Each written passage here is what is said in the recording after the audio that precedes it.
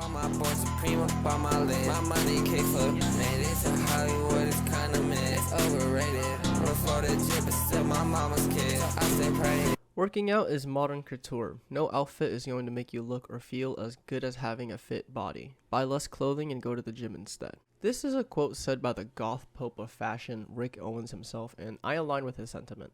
I'm an avid gym goer, not to the point where I'm a meathead, but I enjoy working out and molding my body to look aesthetic to my standards. Of course, because of this, I'm not able to be a heady boy or a Japanese archive wizard, since I've gained some muscle mass over the years of training. But even if you are a malnourished twink, there are some exercises that I think are beneficial to shaping your looks. So I've decided to compile some muscle groups that are ideal to my standards when it comes to shaping your body to fit into the fashion zeitgeist. The first muscle that I think all fashion heads should work are abs. It's the most generic one, and on top of the fact that your body is already eating away at your fat while you're doom scroll in bed, building abs shouldn't be super difficult. I've just recently started to do a lot more ab exercises since body dysmorphia took over. So my ab day would consist of leg and knee raises, doing about a minute or two of planking and Russian twists. I usually do 10 reps, 3 sets for all of my exercises, and by the end of it, I'm losing oxygen to my brain and I'm sweating from every orifice of my body. I'm 98% certain that I'm not hitting all muscles of the abs, but those are the exercises that work for my routine at the moment. The next muscle that I think should be targeted are your shoulders. Shoulders in fashion have their own focal point, especially if you're a designer, and in general, having boulder shoulders look cool. Of course, it makes you look more masculine, if that's what you're going for, but I personally just like the aesthetic of big shoulders. Having shoulders frames the top half of your body better. Some exercises I do to hit my shoulders are lat and front raises, rear delt cable flies, rows, overhead shoulder press, pull-ups. There's a bunch of workouts that target shoulders, so just throw whichever ones you feel comfortable doing in your routine and maybe rotate some out for others.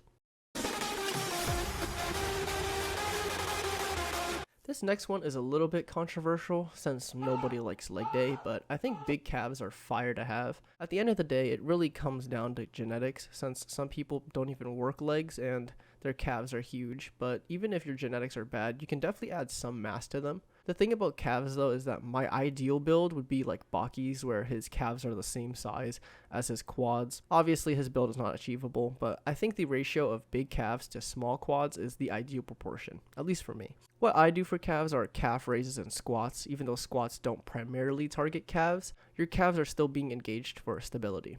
I used to do leg press, which also engages your calves for stability, but over time I found leg press to be redundant.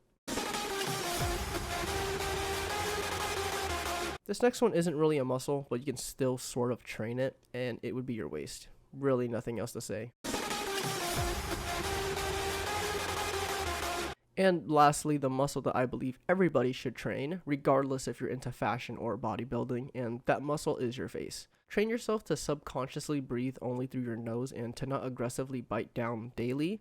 I personally grind my teeth when I sleep, so I have a mouth guard when I sleep. Also, mewing can improve facial structures, I think. There's probably scientific studies about actual facial exercises out there that can make your face look more defined, but I personally don't really do them. I'm rather suggesting healthy habits. Needless to say, don't take this video seriously.